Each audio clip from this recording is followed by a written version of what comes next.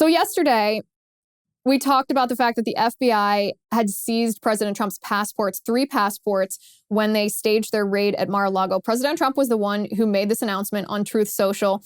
And last night, Norah O'Donnell from CBS tried to run interference on behalf of the Department of Justice. And isn't this just the playbook of the very corrupt intelligence community, Department of Justice, FBI? This is their playbook, is they refuse to say anything to us, the American people, for whom they are supposed to work, but they use the mainstream media as their puppets. They use the mainstream media as their mouthpieces, only because the mainstream media is willing to do this. So Norah O'Donnell tweeted this. New, she said, according to a DOJ official, the FBI is not in possession of former President Trump's passports. Trump had accused the FBI of stealing his 3 passports during the search of his Mar-a-Lago home. This tweet obviously went viral. It was supposed to make it look like President Trump was lying, like he was making an allegation about the FBI stealing his passports that wasn't true. By the way, I don't know why he would make an allegation like that wasn't true, because it would be so easy to prove it to be untrue. But this, of course, never occurs to the hacks in the mainstream media who are happy to say whatever the Department of Justice wants to say.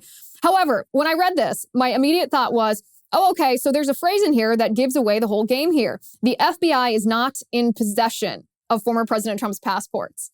Oh, okay. Not in possession. Is that the same as when you're a kid and you say, oh no, Mom, I can't see the mess that needs to be cleaned up. And the reason that you can't see the mess isn't because the mess doesn't exist. It's just because you conveniently closed your eyes to make that statement. This, by the way, is something that I did as a child multiple times. That's exactly what the Department of Justice, through Norah O'Donnell, did in this statement. The FBI is not in possession. Okay, but that wasn't the allegation. The allegation was that they seized the passports. Did they? Are you denying that allegation? But this is what the radical left in the deep state does. They deny something that wasn't the allegation that was made. So fortunately, the Trump campaign keeps receipts. They kept an email that proved that President Trump's allegation was correct. And this is what the email said. It was from one Jay Bratt. It said, Evan, Jim, we have learned that the filter agents, those are the FBI agents, seized 3 passports belonging to President Trump, 2 expired and 1 being his active diplomatic passport. We are returning them and they will be ready for pickup at WFO at 2 p.m. today. I am traveling, but you can coordinate further with redacted name copied above. Thanks, Jay. So what does that tell us? President Trump was not lying, but Norah O'Donnell was lying. But more than lying, she was acting as a stooge.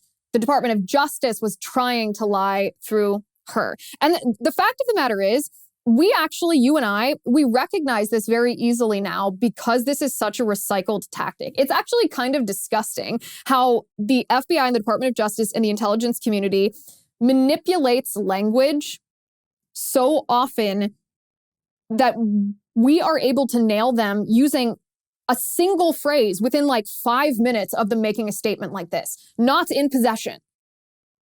That's the first thing we do when we look at these tweets is we analyze for their rhetorical sleight of hands. And dang, are we good.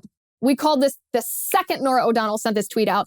But what a sad commentary on our government and on these government officials, the same government officials in the Department of Justice and the FBI that Merrick Garland said, quote, he will not stand by while the Department of Justice and the FBI's integrity is unfairly attacked. Okay. These are the same people. Their integrity was unfairly attacked by us. Merrick Garland won't stand for that. And then 2 seconds later, they use the mainstream media as their stooges to try to lie to us because they think we're stupid.